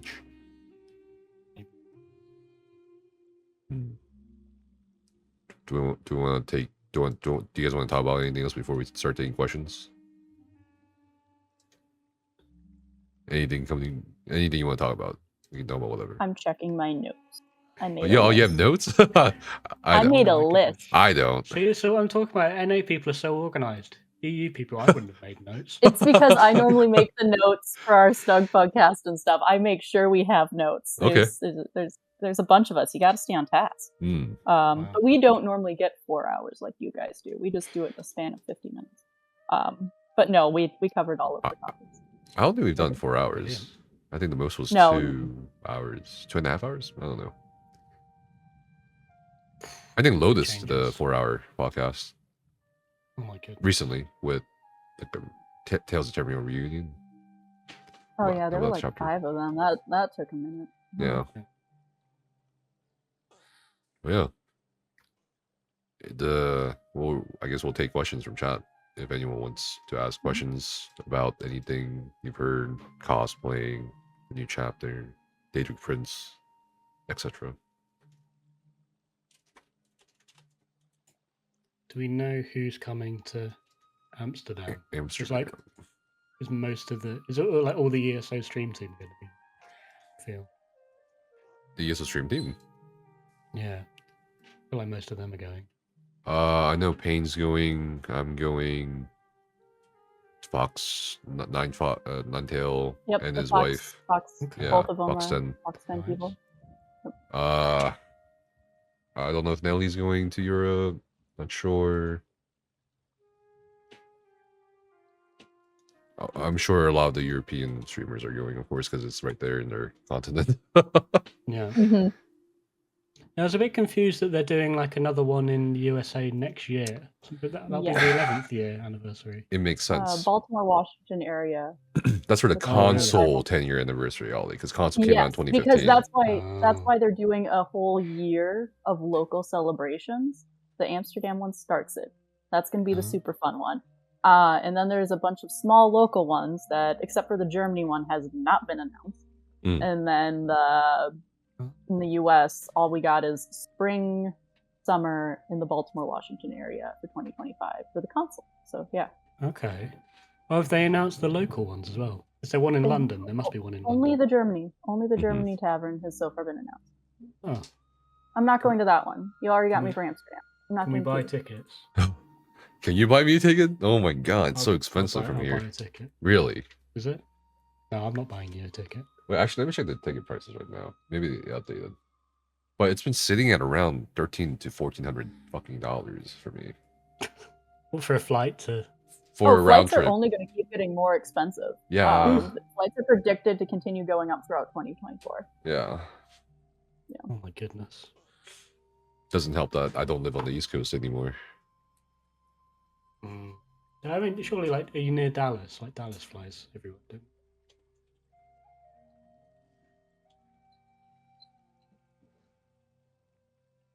We'll have to look things up, for sure. Yeah. You think we'll be able to change Arcanist beam colors? Here are the questions. Oh. Probably. Yeah? And then, I don't think they're not releasing all of them immediately, right? Or or are there... No, it's 22 styles first with the chapter, and then they'll continuously release more styles, I'd imagine. Auden's actually made a pretty funny joke about like how Arcanist players can change their beam color now to yellow, so Templar mains can enjoy playing as Arcanists. I was just thinking about changing everything to orange and red and fire, so I can pretend that I'm a DK whilst beaming. Iki says if Ollie's buying, I'll take 2. Thanks. I'm not buying. Okay. I don't have that. When on average, how long does it take? This is a question for Gwen. When on average, how long does it take you to get fully dressed with your cosplays? Depends on the cosplay. It can be 20 minutes if it's just an outfit and a wig. Add makeup, and you should add at least an hour to it. I suck at makeup. My goodness. But that's about it, yeah. Do you need, like, do you need someone else to help you, like, tape bits onto you? Or can you do it solo? I can do it solo. Okay. I made a Spider-Gwen cosplay once, or I purchased a Spider-Gwen cosplay once, and I edited it. And that was a mistake. Now, I tried not making my own cosplay once. And now I always make my own, because never get a costume with a zipper in the back. Make sure you can take care... Okay, I'm just going to add this in. Cosplay things. If you are making your own cosplay thing, and this is your first time, take into account important things. 1, can I use my phone? If you're wearing gloves, add side things, or make sure the gloves are easy to take off. Can I use my phone? That's important. 2, how easy can I use the restroom in this? Yeah. Those are the 2 most important things. And then 3, is this going to fall apart walking around the convention? Okay. Do you build? Those are okay. Can you build in like a toilet? Like I see these like big Halo or Fallout like cosplays. I'm like, I wonder how they go to the bathroom. Like maybe they just have you need to have a way to take it apart. You need to have a way to take it apart. I think I'll do a diaper. Master Chief definitely has a tube. I reckon. Diaper for sure. I think diaper is the play. Adult like diapers. The one I'm making right now, I made sure it's a top and pants, and it's like full suit of armor, but it's like a top and pants, so you can take off the belt and all of the bottom armor. All of a sudden, you can just hang on a hook, and it's nice and safe, and it's important. True. Sensible. Let's see. Oh, there's a question for all of us. Are you guys trying out Ashes of Creation if it comes out? I don't even know what that is. Okay, I am. Oh, it's an MMO or something. Isn't it like a top-down, like Diablo-looking thing? No. That's Lost Ark you're thinking about. Oh. Yeah. Is it a proper MMO? I feel like 90% of MMOs fail within the first 2 years, so I'm not going to play anything that's that new. Okay, let's see. Do you think they'll ever stop making sets or change how they work? That was actually asked at the press meet 2 days before the global reveal.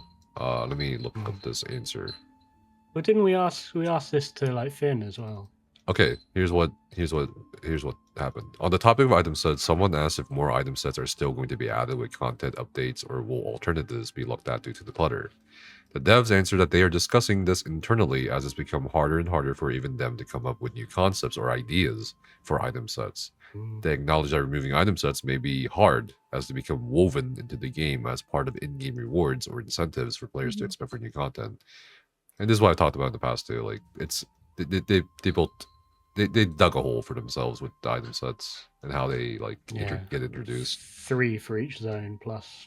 Well, that's just the craftables, yeah. Right, and then why would you buy a DLC dungeon if there's no new sets or no rewards? Specifically, so what would the alternative rewards be? It's not item sets, right? Like, you know what I mean? Yeah. For dungeons, like with which one was it? Scrivener's Hall. They added furniture that you could get at the end of the stuff. That's that you can only get from that dungeon. So that's a reason to play that dungeon. Yeah, but that's a one-time thing, though, right? Exactly. It's a one-time thing for some people. Not really good playability. So they're aware of how messed up their item set system is right now. So we'll see. I think they need to find alternative rewards first, then just not make any more item sets. Yeah. Like obviously, like item sets that are in trials or instances. I don't know. Even then, it's kind of hard.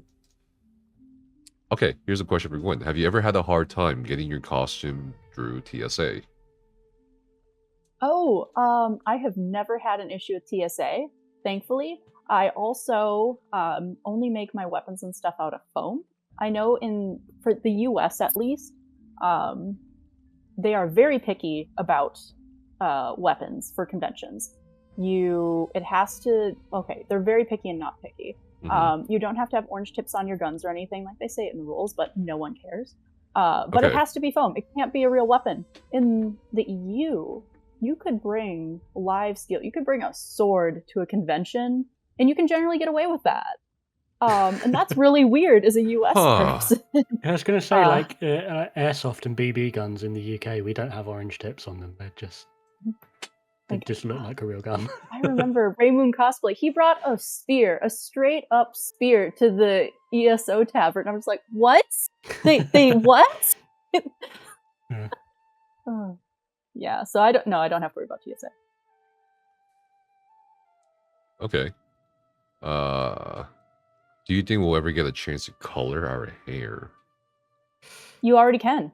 You just need to get a style change token from the Crown Store. Oh, I think they meant like a barber in game or something. I know what they meant. Barber would be great. I'd love that. But I mean, they already released there's some Crown Store hairstyles that are very slightly different. Like they might have some rainbow bits in them, or they released the Veya hair recently on the Crown Store, but blue. Which is cool. That's the first blue hair we've had besides the river streaks. It's also kind of crazy. I remember when the Crown Store came out, they're like, oh, this is fine. Just don't make any crazy hyper fantasy things. Yeah. Have you heard of crown crates? Have you seen these Apex mounts? Yeah. It's crazy. Okay, I think we got a couple more questions and we'll wrap it up. Let's see. Gwen, what is your favorite trial? Which trial do you find to be the most difficult? Oh, most difficult? The most difficult. Or what's your favorite trial as well? Two-part question. Okay, two-part question. Most difficult is Sunspire. I don't know what it is, but whenever I run with people, they cannot manage to stay alive through the dragons half the time. But dragons are big and scary. My favorite is what's the one in Blackwood? Rockgrove. Rockgrove. My favorite's Rockgrove. I will run Rockgrove over and over again. The point where you're going through the tower with all of the fire and how timed it is, and you have to keep going and up the stairs. That I really love that part. I will run that over and over again. It's really fun. Yeah. Well, I had a couple of people in my raid team that they get very dizzy very easily. So that was quite tricky for them to run up the stairs. And what we figured out was we'd have them go forward, left, back, right, and always face the same direction. If you're struggling at home with getting dizzy running up the stairs, try facing the same direction and just WASD. So we had Mike. Or use a controller. Use control. Remember when we had Mike Finnegan on for the podcast, the encounter, designer for ZOS. You remember when he said Locustes, the fight was supposed to be on the wings or something? Or not supposed to be, but they one of their early concept ideas for that fight was fighting on the dragon. Oh yeah, fighting on top of the dragon. They've done that in World of Warcraft. Yeah. Really weird. Fun.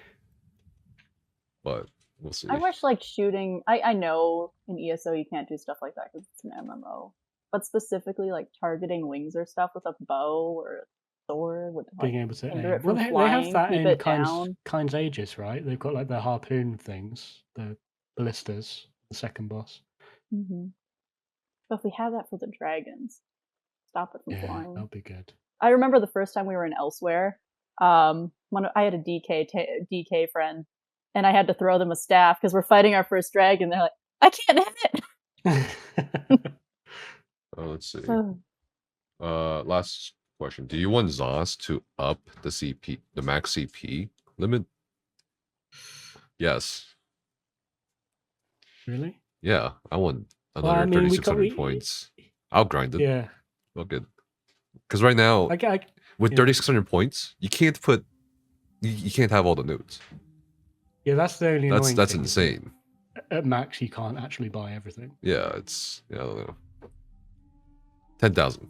New limit. 10,000. Agreed. If I'm gonna have that much power, I should be a god. Let me have everything. True. I think if they do that, they should like decimalize it though, right? Yeah. Crunch the numbers. All right, let's wrap it up. Thank you so much for your time today, Gwen. I appreciate you a lot. Yeah. Yeah. Thanks for inviting me. It's been fun. Yeah, It was really really where can we find you if people want more Gwen content? Yeah. Cosplay. Yeah, if you want to see cosplay, GwenTheBard on Instagram. Okay. If you want I put those in my stories. That's also where you can find my art. If you want to see or hear anything else on a regular basis, you can find me on the Snug podcast. Mhm. Me along with my other co-hosts, we film every Sunday evening on the PlayStation in our Snug pod. Mhm. And that's a Sunday show every Sunday. That's the only regular thing. Everything else is sporadic. And then if you want more RP content, my latest project I'm working on, the No More Murder Hobos, I have been posting those on every version of social media if you want to try to answer questions on your own characters. Okay. Perfect. Brilliant. Thank you very much. Thank you. And I will see you guys soon.